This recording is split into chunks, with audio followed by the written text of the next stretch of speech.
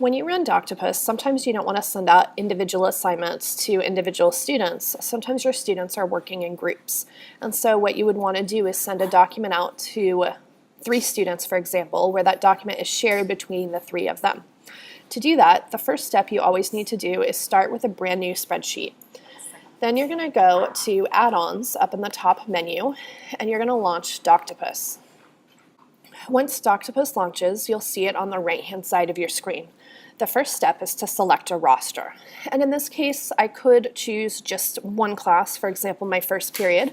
However, I want to select multiple rosters because I want to run this and send this out to both of my classes at once. So now I'm going to choose my first and my second period class. Once I have both of those checked off, I'm going to click the blue button up at the top that says Use Selected Rosters. Now I can see I have both of my classes here. I'm going to then go to the blue button down at the bottom saying Next. Now this is the important step where I'm going to decide the sharing type. And for this, I want to send it out to project groups.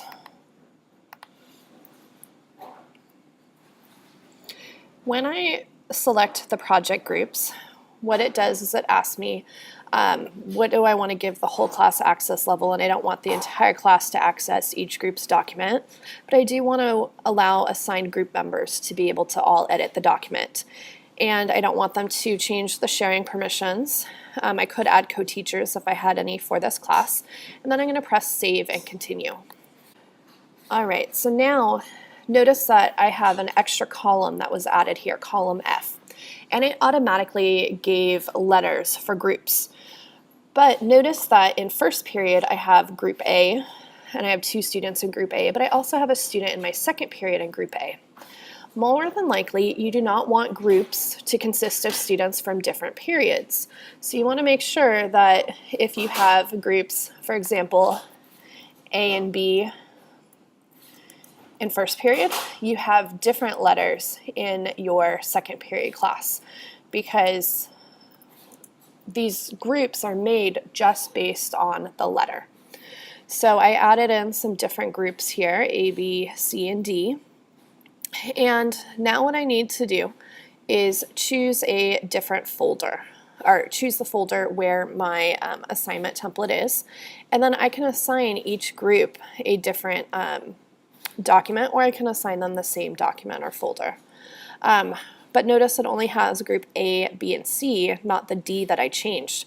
So I'm going to go back and then press Save and Continue.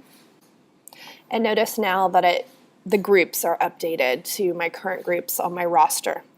So I'm going to go ahead and assign them all the same essay prompt in this case. But again, you could have different assignments for your different groups. Once you've assigned them items to copy that you're going to send out to them, you're going to press Save and Continue. And this is where you are going to set an assignment folder. So this is the folder that is going to be in your Google Drive that's going to contain this assignment. And it will be all of the student documents. However, you will also find the student documents in your assignment folders for the students. Students will find this in their assignment folders for your class. So I'm going to name this Group Project, and I'm going to choose Create New Folder.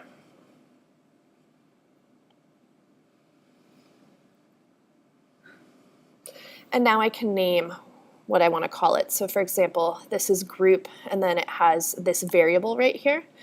This variable I can find in my list, and basically all these variables are the column headers.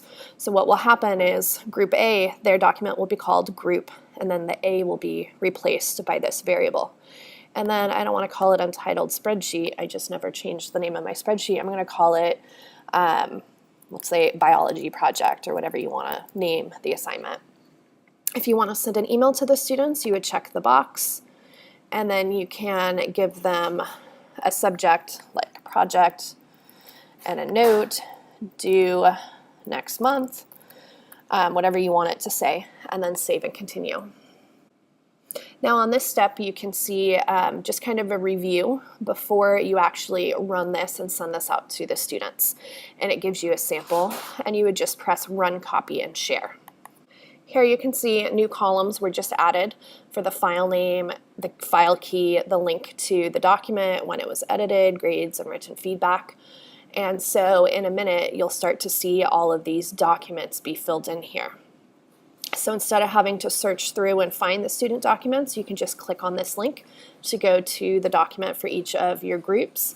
And notice that if I opened up these documents, or if we looked at the file key for those two documents, since they're both file A, they're the exact same file key.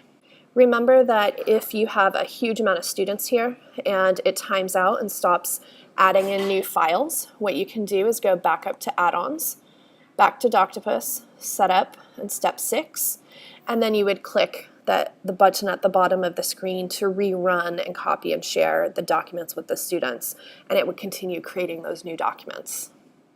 Then when you're done, you'd get to the point where you can send feedback to students, attach rubrics, etc., just like you can in Doctopus when you're sending out a single or individual assignment to students.